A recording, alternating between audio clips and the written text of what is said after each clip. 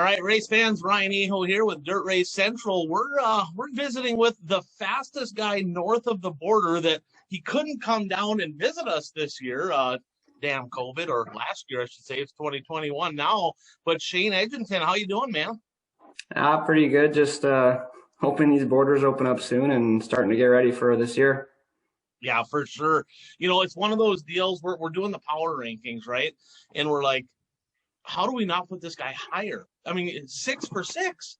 And it's like, if only you could have come across the border, I would have loved to see what that season would have looked like. I mean, because let's face it, we had a lot of people saying, well, yeah, he won 6 out of 6. They were in Canada. But there was a guy you beat up there, I believe, 3 times, Aaron Turnbull, who came down and made everybody look kind of silly at the site. So I think that maybe some of them American guys might be kind of happy that they didn't have to face, I guess, the 5 car this year. Yeah, that was definitely a hard one to watching Aaron, but still really proud of the guy. I'm glad he got it done and brought the trophy back to Canada. But yeah, we had a good year. We did what we could and raced as much as we could, but at least all our stuff's fresh and ready to go for this year. Yeah, absolutely. Well, let's start at the beginning, because a lot of us don't really know you. I don't know that I've ever actually met you.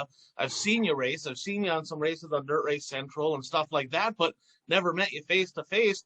How did you get started? You know, where do you live? Tell everybody that. But how did you get started in racing? I live up in Winnipeg, obviously up in Canada here. We sponsored a sprint car team forever, the Kennedys. They ended up giving me a go-kart when I was really young. We traveled around with them a bunch racing go-karts. And then I was playing lots of hockey and stuff. One of my coaches was actually Scott Greer, who races modified all over the place. And his dad came up with the idea to build me a street stock in one off season. And one thing led to another with lots of help from lots of people. We are where we are today. Well, how old were you when you started racing then? I was about 14 years old when we started racing go-karts. We only did it for 1 year. And I was 15 years old out at the track here in a street stock. So Scott Greer is a hockey coach? I had no idea. I never knew that. See, I learned something new today. Did he coach you like in high school or something? Or I played AA Marauders, which is like a tier league up here, and he was actually the goalie coach. I wasn't a goalie, I was a forward, but we just got, because of the racing, we were involved in the racing still just from sponsoring people and all that, and me and his dad just got along really good, and Scott, and they ended up building me a car this one season. And yeah, Scott was actually a really, really good hockey player back in the day. He went to WHL and all that stuff. And yeah, he was a good player. Well, that's interesting. So I played high school hockey, and my co-host on the show, Puka, he still plays men's league hockey, but he was really good. And I actually had a nickname in high school. They called me the judge. Spent so much time on the bench. I could have been a judge. I was a lot better at racing than hockey. Let's put it that way. But Puka was very good at hockey, so I think he'll be kind of excited to hear. I mean, go figure, right? Canada, hockey, northern Minnesota, hockey, right? Yeah. It's just kind of the way it is. And I guess up in our region, you know, the Hibbing, Grand Rapids area, there's a bunch of guys there that race, that used to play hockey, and I think it's just, you know, kind of a natural transition, kind of have that same tenacity to you and all that. Was there anything that carried over from hockey to racing? Probably the work ethic thing. Like, we were playing hockey 6 days a week, so when I transferred over to the racing and we were doing it, well, we're every day, every night we're in the shop pretty much, or we're traveling or fixing, or we do race a lot. So it was an easy transition that way, just the work ethic part, and yeah, that really helped us. How old are you now? I'm 32. 32. So 2 years ago, you got, because they didn't have national points last year, which for you is like great because you only got 6 shows, you know, but the fact is 2 years ago, I would call that kind of your breakout season. You had a couple good years before that, but you were runner up in the WISSOTA national standings. What is your plans for 2021? Well, we are working at some things to get me across the border if COVID doesn't allow us to come across. So we're going to try to get down there, and we're just going to race as much as we can. We got 2 cars this year, so we'll get down there early, and we're just going to race as much as I can and hopefully find some guys to help me out in the pit area, because I'll be there by myself most of the time. I can relate to that. You know, I think I ran 98 shows was the most I ran, and at home I had a great pit crew. I get on the road, and you never know who you had. It always ended up being somebody, because you build them relationships over time, and you let somebody know, hey, I'm on my way, can you help me out? And I kind of have a feeling that you know what that's all about for sure. Yeah, for sure. But I got a lot of guys that'll be there to help me, I'm sure, along the way, just other pit guys and whatever. It's just, if you get a flat tire in the sport or something happens, there's always 100 guys that are going to jump in and give you a hand. So you don't really have to worry about it too much. Yeah, absolutely. So let's talk about your career a little bit. You've been racing for a while now. I'm obviously, you said you started go-karts at 14. You're 32. Man, I didn't realize you've been racing that long. That is just crazy to me, that you've been racing that long. I guess I've been out of the loop a little bit. I took a couple of years off. But, if you had to look back at some of your highlights of your career, is there a couple things that really stick out more than others? Running second in the national points is kind of too cool. It sucks getting second, but it was a good accomplishment just for the first time. We kind of looked at it and we just kind of raced where we could, and whatever happened. And Becker was just really good that year and had a good year. Winning that Golden Hammer in Devil's Lake, that was pretty cool. I passed Strand with 2 to go on the bottom there. We got him, and that was a good race to win. But just this year was pretty neat due to like not being able to travel really did hurt us, but to have a perfect season, I don't know many people that can say that. So yeah, it was only 6 races, but at least I can stay at a perfect season. Yeah, absolutely. So Ben from Dirt Race Central, he had a perfect season last year too. He didn't lose any races from behind the camera. He won every single one of them. So I tell you, passing Dustin Strand is one of the top drivers, I would say, in all of WISSOTA. Not only up in that area. So being able to drive by him, especially at Devil's Lake, I mean, he's really good there. Passing him to win the Golden Hammer up there, that's getting her done. That's a track that I've never been to. I've been there many times, to have dinner over at the Bar and Grill along the way, but I was always in the wintertime, never been to a race there. It kind of looks like a pretty racy track up there. What track sticks out to you? Is there a certain track you're like, man, I just love that place more than others?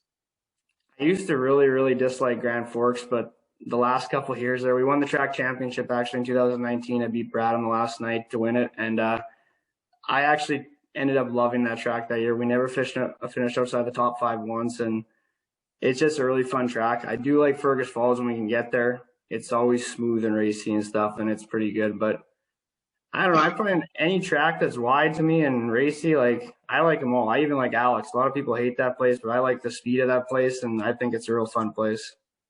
Yeah, I got a guy that I looked up to as a kid, Bob Girardi. He was really good on the Iron Range, and I've asked him this question. I said, what track do you like best? He's like, it's been so long since I raced. I love all of them.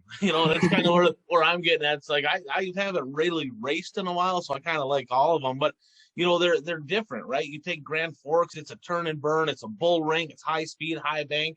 You get to Alex, it's big, huge momentum. Fergus is kind of momentum. If you had to pick one, like a type, banging the cushion, dry slick, momentum, turn and burn, what style of driving sticks out to you? Definitely dry slick. If it's dry slick, that's kind of our go-to usually. We're running a crate motor, and the one car we have a crate motor in that we ran all last year and in 2019. This year, our new car is going to have a spec motor in it, so we'll have one of both this year. So that'll be kind of nice because we can switch back and forth. But definitely dry slick. Anytime it's dry slick, I'm pretty happy. Is that a 525 crate you're running then? Yeah, it's a 525 crate. Okay, that's interesting. So the year that you got second in national points, you had a 525 in the car that year? Yeah, that was a new car that we just got that year at the start of the year. Don Shaw put it together for us and everything and put the motor in, and it was all brand new from him, and he helped me out a lot that year, and it was an awesome car. It didn't matter where we go. And then he actually updated it over last winter. I guess he updated it for us, and out of the box, yeah, like 6 for 6 with it. So it's pretty good. Yeah, I mean, you'll take it. It's not. I mean, you can do a little bit better than that. I mean, you should have won by farther, maybe. I mean, I suppose that's the only thing you can look at. I didn't lap everybody, right? But Don Shaw, speaking of people helping you, that guy's helped a lot of people, in racing, whether it's sponsoring, advice. Now he's running the racetrack. He's helped series. He's helped events. I mean, he's really done well for himself. He loves racing. And he created a great business with Shaw Trucking, but then he's been able to give back. And let's talk about some of the other sponsors that you have, some of the other people that help you. Who are some people that help you along the way? Lance Schill is one of my major sponsors. He helps me out so much just as and everything, just as a friend and everything else in life and as a sponsor. Jake Bitker and Charnel Bitker from Performance Auto, they've been behind me for years and years and years. There's no locksmiths up here at Performance Auto. Forks Mobile Wash, Josh does a great job, keeps my truck and trailer cleaned all the time in Grand Forks, so that's great. Ricky Weiss helps me out a ton with my shocks, and we got one of his new cars now too, so we're gonna be running that next year. And my parents, couldn't do any of this without my parents and my sister, so they're a huge help to me. So you heard it here first. You're gonna have I guess it would be was it a Weiss Haley chassis? Is that what they're calling them? Yeah, he has a name for it, and I'm not gonna be the one to spill the beans of the name, so I'll let him announce the name. So, okay. But yeah, we got it kind of through the summer this year. It's kind of one of those, whatever you want to call it, the first ones or whatever. But it's he's been helping. He's always helped me out. He's always been my shock guy. I mean, he's got me hooked up with the Penske guys and all that, and on his shock programs and stuff. So yeah, he's been a big help to me. He's never really won anything before. I mean, it's not like he's very good, right? No, he gets a lot of seconds. I tell you, he's a talented driver. I'm looking forward to seeing what happens down at Volusia with him with that new ride. You know, I felt like he was there, but just missing just a little bit. And, you know, he's got lots of experience. I mean, what has he got? 5 national championships, I believe, in WISSOTA. You know, so I mean, I think this might be his breakout year. What do you think? Yeah, I hope so. He everybody thinks he doesn't, but he works harder than anybody I know in this racing deal. He was home over Christmas time here, and I don't think he took a single day off. And I went to the shop a couple times, and he was constantly building stuff and doing stuff. And him and JR are a good mix. They're both smart dudes, and they got a lot of good contacts. And yeah, he works his butt off, so he'll do good. Hey, this ain't NASCAR. You can say that word. You're not going to get suspended from WISSOTA. It's okay, right? You can throw it out there. No, let's look back. So there's a lot of people that have helped you, and really in racing, I mean, it's pretty much impossible to succeed without kind of that team. And that's kind of the hockey deal, right? You can be the best player on the ice, but if your supporting cast ain't very good, you're going to struggle. And in racing, it's the same thing. I mean, you can be talented, but if you don't have that backing, that help, you know, yeah, you're going to be okay. You might have some good nights, but it really takes a team effort to get to the top. Now, let's look back over the career, because I know I raced a lot of shows, and I remember a lot of the ones that I won. But for me, there's the things that kind of stick out more, that kind of stick with you, are the ones that you like almost won or lost or should have won. You know, what do you got there? There's got to be something that's like just that eats at you a little bit. Oh, probably 2 years ago at the sites. We led the first half of the race at the 50-lap marker, and I came in the fuel stop and I said to my crew chief, Jeff, I'm like, oh, man, I'm getting way too free off of 4. And he's like, come on, you can do it. I'm like, I said, Aaron's pretty good. And Aaron got me and stuff, and we hung on for a 4th or 5th place finish. But I made one adjustment before we went out, and my crew chief, Jeff, said, I don't think you should make that. And I said, I think we got to do it. And it just freed us up a little too much. And like I said, you should always listen to your crew chief. Did he remind you of that? Did he give you like, I told you? He still reminds you to this day. Yeah, I have a pit guy that used to do the same thing. I'd argue with him, and he'd be like, after the races, if it went good, I'd be like, see, and then if it went bad, he was all over me. I told you to do that. And yeah, so that's part of it. So that sites race, you know, that's really turned out to be such a marquee event for WISSOTA dirt late model racing. I mean, it's the only late model event that I know of that has representatives from all the different regions in WISSOTA racing.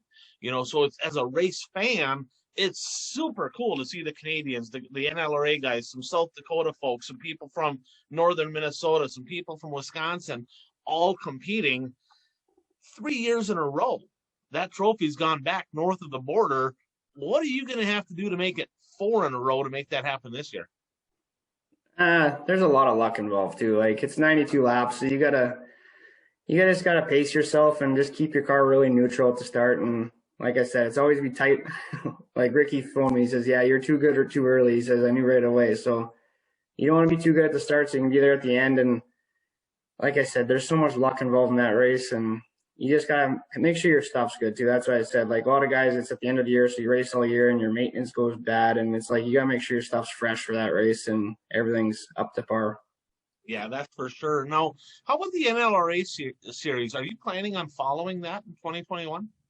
Yeah, I plan on following for sure. Actually, Brad sent me the schedule here yesterday, so I'm excited for it. I've ran second in that points 3 times. I think I've never won it, so it'd be cool to win that deal. But there's some tough guys there. There's Dustin Strand and Brad Sang, and there's lots of guys that are there every week that aren't easy to beat. So we'll see what we can do. Well, you'll be one of them. I talked to Turnbull, and he said he's going to try to follow that deal. And Ryan Michelson said he's going to try to follow it. And, so there's several guys looking to follow that series, and that's a good deal. And what I like about it is it's different for you. You're north of the border, but it's a little bit more centrally located. Like, you don't have to travel quite as far to hit all the shows, which is really good for the drivers in that region. They've done such a great job with that deal. I'm excited that you guys are coming over to the Downinger Ford Grand Rapids Speedway. So we're going to see a bunch of you guys. And I talked to you and you said, hey, Thursday nights when they have late models down there, you're kind of looking at maybe heading down to Grand Rapids. Is that the plan? Yeah, like if we end up getting across the border here, obviously if the borders are open, we'll stay up in Winnipeg and race Thursday nights just because it's home track and stuff. And if it opens, we don't know what's going on with that track right now, but otherwise, yeah, we'd like to come down to Grand Rapids. The pay looks decent, really good actually, and it's just another place to race on a Thursday night. So, and I've been there way back in the day, and it was a fun track. So I'd like to definitely get back there again. Yeah, it's a lot, and they got some good guys there too. I mean, Jeffrey Massengill, Derek Vessel, Kyle Peterlin, Provenzino. I mean, there's a good core group of drivers there. Jay Kidner, of course, when he's over there. So it'll be kind of fun, again, as a race fan, to have our core guys racing against people from different regions, and the more that happens, the better. Now, I know that you look outside of the race itself, and you've been racing long enough that you've traveled, and everybody's got a few stories. They're like, oh man, you wouldn't believe this, right? So give us something good. Give the fans something good. Is there a couple good memories you have, of traveling, or something that was just unique that happened that kind of fun to share with people?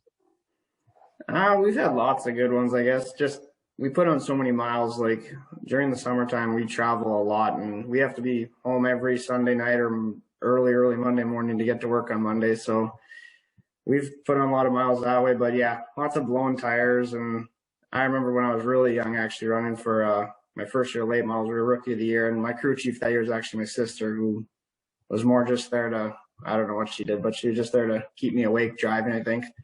And we got a flat tire on our big trailer, and we didn't know where to change it or how to change it. We didn't have a jack or anything. And we pulled across the border, and I was in the parking lot, and I seen a big pothole. So I'm like, perfect. I said, let's put the tire in the pothole, and we'll just pull it out in the pothole. Sure enough, it worked perfectly, and we made it to Grand Forks and made the race in time. So, nice. Yeah, there's tons of stories and stuff like that. But, yeah, lots of good memories, too. That's innovative. So there you go, race fans or racers. If you're driving on the road, if you don't have a jack, if you don't have a block to pull up on, find a big hole and let the one tire balance, and you'll be able to change that tire. That's pretty neat to kind of hear that. So what kind of car did you have here the last couple of years? I've had a victory car. I've had 2 of them now. From Dawn was one of them. One was right from Victory. So we ran those for a while. Then before that, we had Victory Circles. One was from Moyer, and then one was one of Ricky's original cars, which was my first late model. So, and now we got one of these new chassis of his deal, and that's about all we've really actually owned in late model deal. So in hockey, right? Hockey's chippy, right? It's like there's boxing and then there's a puck also type deal. Especially you Canadians, you guys are kind of rough up there. I heard the rumors. So in racing, is there somebody that kind of like, I want to beat that guy, or you have a rivalry or you have a little bit of a clash? Is there somebody that like more than anybody else that you want to beat that guy? No, not really that way. I usually want to beat the guy that's in front of me every night, but no, there's not. Everybody gets along pretty good up here, actually. There's not. If you do get into a guy, it's usually over and done with the next day or that night or whatever. There's always the heat of the moment and stuff where people get frustrated and stuff, but it's usually all done by the next day and everybody's laughing and together again, and it's not a big deal. So what you're saying then is, what you're basically saying is, Dustin Strand, you wouldn't have won the NLRA points if the borders would have been open. That's what you're saying? I'm not saying that. Dustin's a pretty good runner. Me and him have had some good battles, and he likes to rub a little bit, but that's fine. We get over it pretty easy. Yeah, he's a hard driver. Me and him had a run in years back where there may have been a four-wheeler involved after the race, and it was kind of some craziness. But he's one hell of a race car driver, and there's a bunch of them up there. And me growing up as a kid, living in Chisholm, which is right by Hibbing, Grand Rapids, we used to always have the Thunder Bay guys come down. It used to be Tom Nesbitt, Joel Kreiderman. It used to be Jeff Helgett, Glenn Timko, those guys. Now it's kind of like Thunder Bay really hasn't ran. They don't really got late models up there. I think they got Mosquito Speedway or whatever they have. And now I'm looking over west in Canada and for a while, I mean, there's been some darn good ones. Of course, Ricky Weiss, then Balkan, yourself, Turnbull. Who else up there should we be paying attention to going, hey, this guy's a pretty good runner? Jesse Tunis runs pretty good. He's actually got his car in my shop right now. I'm putting the body and stuff on it. Ryan Carlock's got my old victory car. He's running pretty good. He has some good nights. He picked up 2 wins his first year of running a late model. So there's a few good guys. It's not as popular up here as you'd think, but yeah, like you still got your Balkans and your Aaron Turnbulls and all those guys. You're really good runners every night. Yeah, I think the guy that I ran up against probably more than anybody from up there was Kevin Sexton.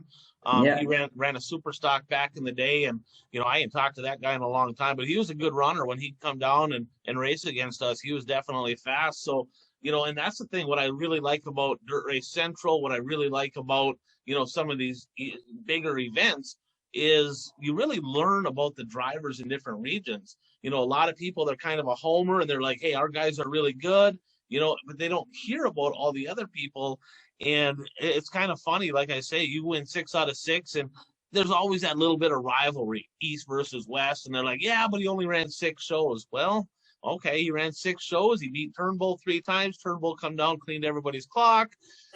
I'm just saying, I don't want to cause any rifts or whatever, but it is what it is. But we're really looking forward to you coming down this year. And, if you had a bucket list deal and you're like, I want to win like this, and this, like the top 3 things that you want to win moving forward, whether that's 2021 or in the not so distant future. The sights, and the 100. There you go. So we can look forward to seeing you then at the I-94 Sure Step Speedway for the WISSOTA 100 in 2021. That's super cool. We're excited for that. And any closing thoughts? You've been racing for a long time. You've been to a lot of different places. And it's different. Everywhere you go, racing's a little different. The crowds are a little different. What do you think that racing needs or is lacking that can maybe take it to the next level and get more involvement from a lot more people? I think it needs to get the younger generation more into the racing again. It seems like you don't see as many kids around the pit areas and stuff anymore. And I don't know, I think they got to make it more fan friendly and get the fans into the pits and let the drivers, more stuff with the drivers interacting with people and stuff like that. And even more stuff like this, doing podcasts and all that kind of stuff. It gets the name out there and gets people involved in it. And I think this helps a lot. Yeah, I think you're exactly right. Now, as a kid, did you go to the races? You said you guys sponsored Kennedy's. And of course, I remember Kennedy's coming out. Was it 21, wasn't it? The sprint car, Lou Kennedy Jr., I believe, come down. I think he was in Hibbing a few times. What was it that you loved as a kid about being at the racetrack? I always liked stuff that went fast. It was snowmobiles, boats, anything. We've always been into that kind of stuff, racing sleds, all that kind of stuff. And the noise, the speed, everything, I just really enjoyed it. And being able to climb all over the cars and stuff and sit in them, that was a huge thing, sitting them. And when the Outlaws would come around, you could just see Steve Kinzer and all those guys and get the picture and all that. That was a huge deal to me. And I think that's what just got me so hooked into it. And then you get to know the people and you start cheering for them, and one thing leads to another. I think you hit on something right there, getting to know them, have somebody to cheer for, and that's where that fan-driver interaction is such a big deal. Well, I appreciate you coming on. It's fun being able to visit with you. Looking forward to meeting you in person over the summer, at probably several racetracks. And race fans, you'll be able to catch them live many, many nights on Dirt Race Central. That's watchdrc.tv. And here he is, ladies and gentlemen, your 2021 WISSOTA Late Model National Champion contender, Shane Edginton. Thanks for jumping on, bud. Thank you very much. All right, man. Take care. Yeah, you too.